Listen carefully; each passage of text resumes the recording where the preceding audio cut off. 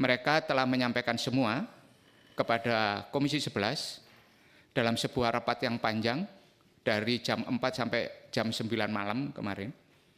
Dan kita ingin mengetahui secara jelas dan detail tentang proses selama ini PSU seperti apa. Dan hari ini kita dengan rapat Menteri Keuangan dalam fungsi sebagai bendahara umum negara.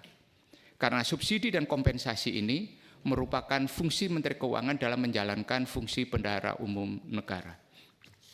Kalau kita perhatikan di sejak tahun 2020 dalam beberapa tahun terakhir total subsidi itu mungkin sudah ribuan lebih. 2020 itu 196. Ini di laporan keuangan pemerintah pusat. Kemudian 2021 itu 242, 2022 252, di tahun 2023 itu 269, dan di 2024 itu 292. Menunjukkan bahwa pemerintah telah mengalokasikan jumlah yang sangat besar, ribuan triliun untuk masyarakatnya. Tentunya ini harus disampaikan secara khusus kepada masyarakat, kehadiran negara. Dan perlu juga sampai kepada masyarakat, hal-hal yang seperti ini adalah fundamental sekali. Karena di luar subsidi, negara juga hadir melalui bantuan sosial. Bantuan, kemudian biaya operasional sekolah, bantuan BPJS kesehatan. Dan ini tentunya menjadi pesan bahwa yang kuat juga kepada masyarakat, bahwa semuanya dikelola dalam bentuk APBN. APBN ini penyusunan dan pengesahannya, penyusunannya oleh Kementerian Keuangan, diawali dengan KEM PPKF dan nota keuangan, dan kemudian disahkan oleh DPR melalui Badan Anggaran. Lebih lanjut, saya beri kesempatan kepada Menteri Keuangan, bagaimana pengelolaan subsidi dan kompensasi ini dan realisasinya, dan saya ingin kepada seluruh rekan-rekan untuk kemudian memperhatikan dan membandingkan dengan apa yang disampaikan oleh BUMN PSU semalam. Karena banyak sekali, Pak, beberapa dari mereka kompensasi 2024-nya belum dibayar. Ada kompensasi 2024-nya belum dibayar, kemudian juga alokasi subsidi 2025-nya yang belum sepenuhnya dijalankan. Karena apa? Saya sampaikan dalam rapat semalam, di APBN itu semuanya sudah teralokasikan.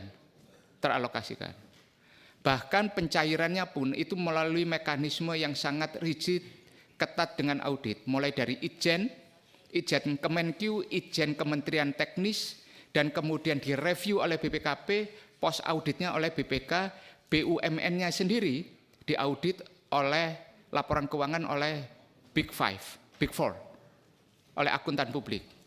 Dan tentunya ini Pak Purbaya sebagai Menteri Keuangan yang baru harus memahami bagaimana negara menjalankan fungsi kehadiran negara dan kemudian menjalankan tata kelola pengelolaan anggaran di BUN ini. Saya menyampaikan pesan secara khusus bahwa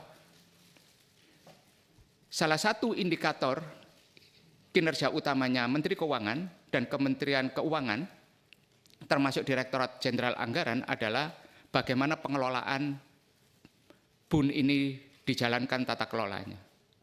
Dan banyak temuan BPK maksud saya, dalam laporan keuangan pemerintah pusat, seringkali ditemukan temuan yang berulang dalam pengelolaan BUN ini adalah mengenai belum adanya prosedur dan standar operasional yang sebelumnya diterapkan. Ini yang perlu saya sampaikan kepada Menteri Keuangan. Saya persilakan kepada Menteri Keuangan untuk menyampaikan paparannya terkait subsidi dan kompensasi ini. Terima kasih Pak Ketua. Assalamualaikum warahmatullahi wabarakatuh. Bapak Ibu pimpinan anggota Komisi 11 yang saya hormati, selamat pagi, salam sejahtera untuk kita semua. Puji syukur kita panjatkan kehadirat Allah Subhanahu wa Ta'ala atas rahmat dan hidayahnya hari ini kita dapat menghadiri rapat kerja Komisi 11 DPR RI dalam suasana yang tentram dan damai.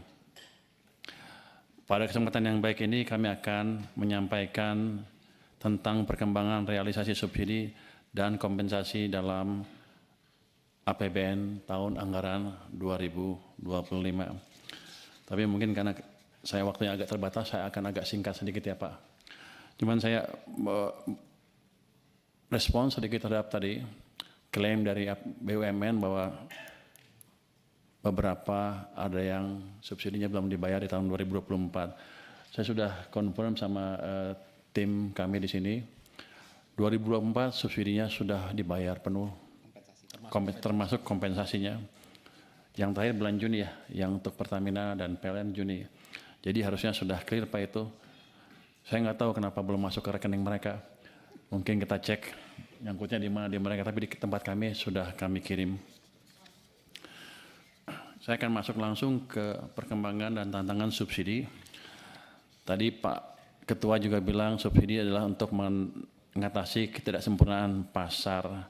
Saya setuju Pak, setuju sekali, karena tidak semua anggota masyarakat bisa menikmati kue perekonomian secara merata. Jadi subsidi adalah salah satu alat untuk memastikan mereka juga bisa menikmati kue ekonomi kita yang sedang berkembang.